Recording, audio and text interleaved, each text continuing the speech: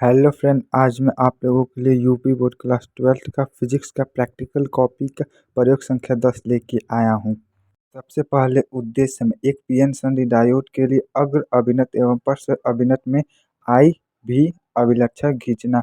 आवश्यक उपकरण एक पीएन संधि डायोड, संचायक सेल, मिली अमीटर, माइक्रोमीटर, उपयुक्त पराश्र की धारा नियंत्रण, कुंजी, 3 वोल्ट की बैटरी, 50 वोल्ट की बैटरी, एक 3.03 वोल्ट मीटर, एक 0.5 वोल्ट मीटर, संयुक्त तार, रेगमाल आदि। सिद्धांत पीएन संधि डायोड में एक पी टाइप क्रिस्टल को विशेष विधि द्वारा टाइप क्रिस्टल से जोड़ा जाता है। जिस स्थान पर क्रिस्टल जुड़ते हैं उसे पीएन संधि कहते हैं।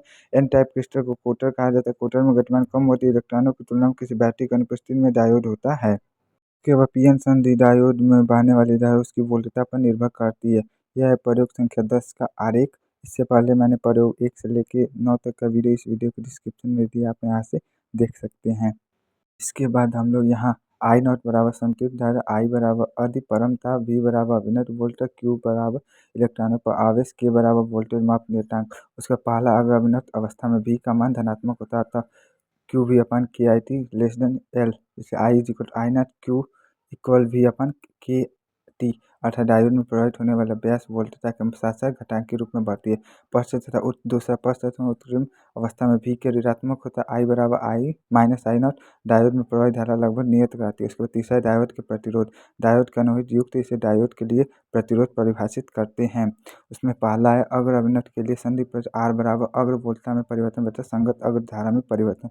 दूसरा पश्च अभिनत के लिए संधि आर बराबर अग्र वोल्टता में परिवर्तन अपन संगत पृष्ठ धारा में परिवर्तन। उसके बाद प्रेक्षर है प्रश्न में ए अग्र अभिनत के लिए पहला मिली एम्पियर का अल्पतमान 0.2 मिली एम्पियर, दूसरा वोल्ट मीटर का अल्पतमान 0.02 वोल्ट, बी पश्च अभिनत के लिए माइक्रोमीटर का अल्पतमान 2 माइक्रो एम्पियर, दूसरा वोल्ट मीटर का अल्पतमान 1 वोल्ट। उसके बाद अग्रदर्शी अभिनत और पश्च अभिनत में हम लोग उसका वोल्टता और मिली एम्पियर का सारणी भरेंगे जो आपको स्क्रीन पर दिखाई दे रहा है। इसमें हम लोग वी एफ बराबर वोल्ट में, आई एफ एम्पियर में, वी आर वोल्ट में और आई एफ एम्पियर में ज्ञात करेंगे।